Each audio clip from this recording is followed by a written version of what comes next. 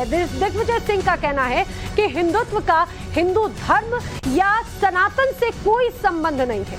कर्नाटक के हुबली में press conference की जा रही थी और प्रेस कॉन्फ्रेंस के बाद में दिग्विजय सिंह ने यह बयान दिया। दिग्विजय सिंह ने कहा कि हिंदुत्व शब्द के रचयिता सावरकर थे। संविधान की शपथ लेकर काम करने वाला कोई भी व्यक्ति हिंदू राष्ट्र की बात करता है तो उन्हें पहले अपने पद से इस्तीफा दे देना चाहिए और उसके बाद में कुछ कहना चाहिए।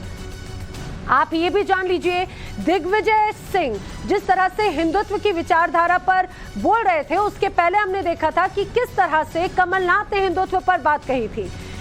उन्होंने हिंदुत्व पर इसीलिए निशाना साधा क्योंकि एमपी के पूर्व सीएम और कांग्रेस नेता कमलनाथ ने हिंदू राष्ट्र को लेकर पिछले दिनों बयान दिया था। ये जरूर कहा जा सकता है, कमलनाथ ने कहा था कि भारत में 84% लोग हिंदू हैं और भारत पहले से ही हिंदू राष्ट्र है कि हिंदुत्व का हिंदू धर्म से सनातन धर्म से कोई रिश्ता नाता नहीं है, इसलिए ये सॉफ्ट हिंदुत्व हार्ड हिंदुत्व कुछ नहीं होता है।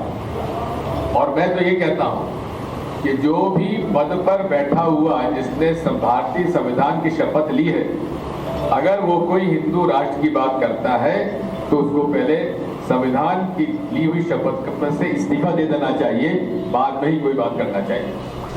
तो आपने दिग्विजय सिंह को सुना। दिग्विजय सिंह ने कहा हिंदू राष्ट्र या हिंदुत्व या सॉफ्ट या हार्ड हिंदुत्व की कोई बात ही नहीं होती, बल्कि जो अगर ऐसे पद पे बैठा व्यक्ति ऐसा बयान देता है तो उसे इस्तीफा दे देना चाहिए। आपको याद होगा कुछ दिनों पहले बाबा बागेश्वर के दरबार में जब पूर्व मुख्यमंत्री और कांग्रेस के दिग्गज नेता कमलनाथ से हिंदू राष्ट्र पर सवाल किया गया था तो उन्होंने खुलकर इसका समर्थन किया था।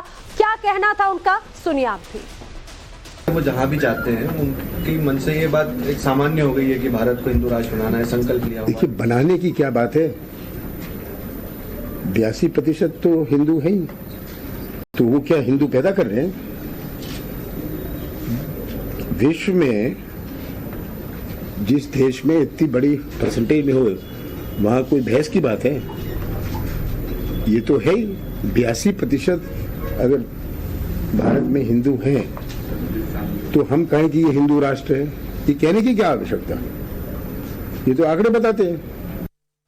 तो कमलनाथ को आपने सुना, उनका कहना है कि भाई इसमें कहने की क्या आवश्यकता है, आंकड़े बताते हैं कि हम हिंदू राष्ट्र हैं। तो क्या कांग्रेस इन दिनों अब हिंदुत्ववादी को लेकर कंफ्यूजन में है? दिग्विजय सिंह और कमलनाथ का एक बार फिर से बयान सुनिए। जहाँ भी जाते हैं उनकी मन से ये बात एक सामान्य हो गई है कि भारत को हिंदू राष्ट्र बनाना है, संकल्प लिया। देखिए, बनाने की क्या बात है, 82% तो हिंदू हैं ही, तो वो क्या हिंदू पैदा कर रहे हैं? विश्व में जिस देश में इतनी बड़ी परसेंटेज में हो वहां कोई बहस की बात है? ये तो है ही, 82% अगर भारत में हिंदू हैं तो हम कहें कि ये हिंदू राष्ट्र है, ये कहने की क्या आवश्यकता? ये तो आंकड़े बताते हैं कि हिंदुत्व का हिंदू धर्म से सनातन धर्म से कोई रिश्ता नाता नहीं है, इसलिए ये सॉफ्ट हिंदुत्व हार्ड हिंदुत्व कुछ नहीं होता है। और मैं तो ये कहता हूं कि जो भी पद पर बैठा हुआ जिसने भारतीय संविधान की शपथ ली है, अगर वो कोई हिंदू राष्ट्र की बात करता है तो उसको पहले संविधान की ली हुई शपथ से इस्तीफा दे देना चाहिए, बाद में ही कोई बात करना चाहिए। तो आपने कमलनाथ और दिग्विजय सिंह दोनों को ही सुना और उनके बयान से काफी कुछ चीजें क्लियर होती हुई नजर आती हैं, लेकिन बीजेपी के निशाने पर दोनों ही नेता नजर आए हैं। बीजेपी ने कांग्रेस को कंफ्यूज और मजबूर पार्टी बताया है। कांग्रेस कंफ्यूज है और कई चीजों के लिए मजबूर है। जो लोग कभी राम भगवान का नाम लेने से परहेज करते थे, चुनाव आ रहे हैं, ये चुनावी भक्ति है कांग्रेस की। अब उनके अंदर ही अंतर्द्वंद मचा हुआ है। अब कमलनाथ जी सोच रहे हैं कि मैं इधर जाऊं कि उधर जाऊं, बड़ी मुश्किल है किधर जाऊं। जब से विधानसभा चुनाव और लोकसभा चुनाव की सरगर्मी की शुरुआत हुई तब से हम लोग सदन के अंदर और सदन के बाहर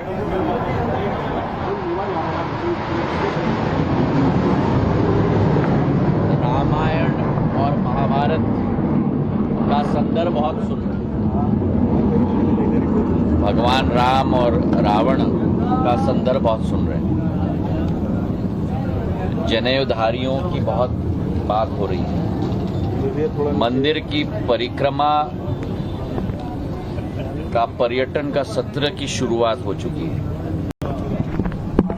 यज्ञ बहुत आयोजित किए जा रहे हैं, पर मैं मानता हूं कि देश की जनता सब कुछ जानती है और इनके मुखौटे जनता ही उतारेगी। तो आप ना किस तरह से निशाना साधा जा रहा है। मकरंद काले समय मेरे साथ में लगातार बने हुए हैं। मकरंद, चुनाव का वक्त है, ये कहा जाए कि मध्य प्रदेश में चुनावी बिसात बिछना शुरू हो चुकी है, बयानबाजी का दौर जारी है, लेकिन कांग्रेस का हिंदुत्व को लेकर आखिर क्या राग है? अब वो अपने आप में स्थिति स्पष्ट होती नजर आती है। दोनों ही पूर्व मुख्यमंत्री क्लियर नहीं हो पा रहे हैं, यही वजह है कि अब निशाने पर हैं आखिर हिंदुत्ववादी को लेकर।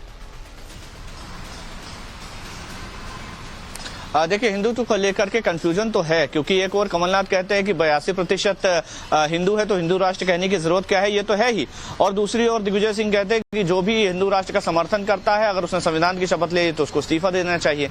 दरअसल 82% हिंदू के बयान के बाद कहीं ना कहीं एक वर्ग जो है वो कांग्रेस से नाराज है। कांग्रेस के अंदर खाने में इस बयान के बाद हंगामा मचा हुआ है। अंदर खाने में कांग्रेस के नेता ही कह रहे हैं कि इस तरह के बयान देने की आवश्यकता क्या है, जब आपका स्टैंड क्लियर है कि कांग्रेस जो है वो संविधान के हिसाब से चलेगी, तो हिंदू राष्ट्र का बयान देने की आवश्यकता क्या थी। दिग्विजय सिंह का यह बयान एक डैमेज कंट्रोल के तौर पर देखा जा सकता है, क्योंकि एक वर्ग विशेष में कहीं ना कहीं नाराजगी थी, कांग्रेस के अंदर खाने में नाराजगी थी, कांग्रेस की आइडियोलॉजी रखने वाले लोगों में नाराजगी थी। तो जाहिर है कि दिग्विजय सिंह के इस बयान की जरूरत इसीलिए भी थी ताकि वो वर्ग जो है वो ये समझ जाए कि कांग्रेस संविधान के हिसाब से चलेगी और हिंदू राष्ट्र का सीधे सीधे समर्थन नहीं होगा। AIMIM भी हमलावर हो गई थी, हमने भी देखा कि इमरान प्रतापगढ़ी तक से सवाल जवाब की बात की जा रही थी। तो अब ऐसे में दिग्विजय सिंह का यह बयान आया है और उसके बाद अब कांग्रेस की लाइन जो है वो वापस संविधान की हो गई है कि संविधान के हिसाब से पार्टी चलेगी। लेकिन कमलनाथ, चूंकि मध्य प्रदेश में आने वाले दिनों में चुनाव है, तो हिंदुओं को भी नाराज नहीं करना चाहते। वो जाते हैं, वो छिंदवाड़ा में कथा करवाते हैं बाबा बागेश्वर की, उसके बाद प्रदीप मिश्रा की कथा करवाते हैं, उज्जैन जाते हैं, पालकी का पूजन करते हैं, उसके बाद तमाम कार्यक्रम भी करवाते हैं जो हिंदू धर्म से जुड़े हुए हैं। तो एक लाइन कमलनाथ लेकर चल रहे हैं और एक लाइन दिग्विजय सिंह लेकर चल रहे हैं। आखिर आने वाले वक्त में, चुनाव के वक्त में किस तरह से, किस विचारधारा पर कांग्रेस चुनावी मुद्दा बनाकर लेकर जाती है, ये देखने वाली बात है। जानकारी के लिए मकरंद आपका शुक्रिया।